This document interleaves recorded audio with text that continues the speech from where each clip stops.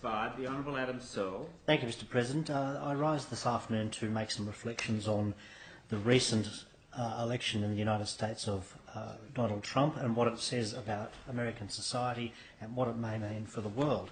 There's been a lot of commentary around the election being the result of the squeeze on the blue-collar manual working class in rust bucket states such as Wisconsin, where, of course, which was the site of the popular Netflix television series Making a Murderer. And when you look at the economic circumstances of the society of the people involved in that show, you can perhaps understand the economic distress that might fuel the anger that was seen across the United States in terms of people who are supporting Mr. Trump.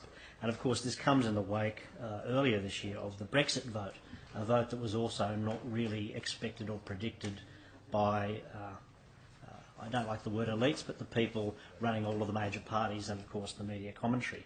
And we can see in both of these two events some of the same forces at work, the anger and rage of people who felt left behind by globalisation and by successive decades of economic reform, which really means the dismantling of former social protections and economic protections and people having to make do with less. And of course in Europe and well, Britain and America in particular, although they do have nominal structures providing for minimum wages, they don't have anything like the system of award wages that we used to have in Australia and that we still enjoy, although to a lesser degree than we used to. They do in the UK.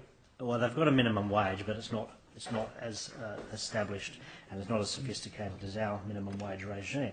So, of course, the question that some commentators have been asking is, could it happen here?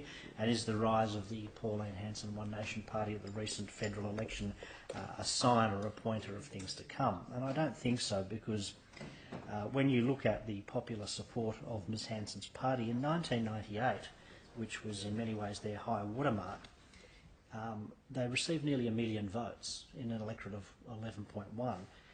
This year's federal poll involved nearly 13.5 million voters, and her party didn't even get over 440,000 votes. So their party support today was about a third of what it was in the late 1990s. So I think there are some signs of hope. And of course Australia has been, for the last few decades, a successful multicultural society. There have been community tensions from time to time, but more so than in many other places, we have worked very hard to make new arrivals welcome.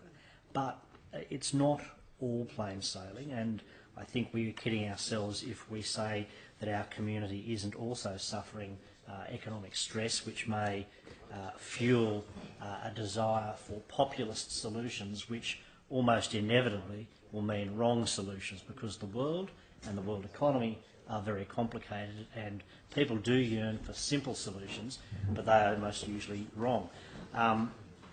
What we see from the Bureau of Statistics, though, recently is that wages growth in this country has been flat. People are now having to wait more than double the period of time that they used to for wage rises. The average wait was about 12 months 4 years ago. Now it's 21 months, and wage rises have shrunk from average of 3.6% to only 2.3%. Wages growth today is down to about 1.9%, when inflation is expected to reach 2.5%, and that's obviously a reflection of not only the economic circumstances, but I think in many ways the uncoupling of our industrial relations system and the lack of connectivity between the profitability in industry and people sharing in wage growth.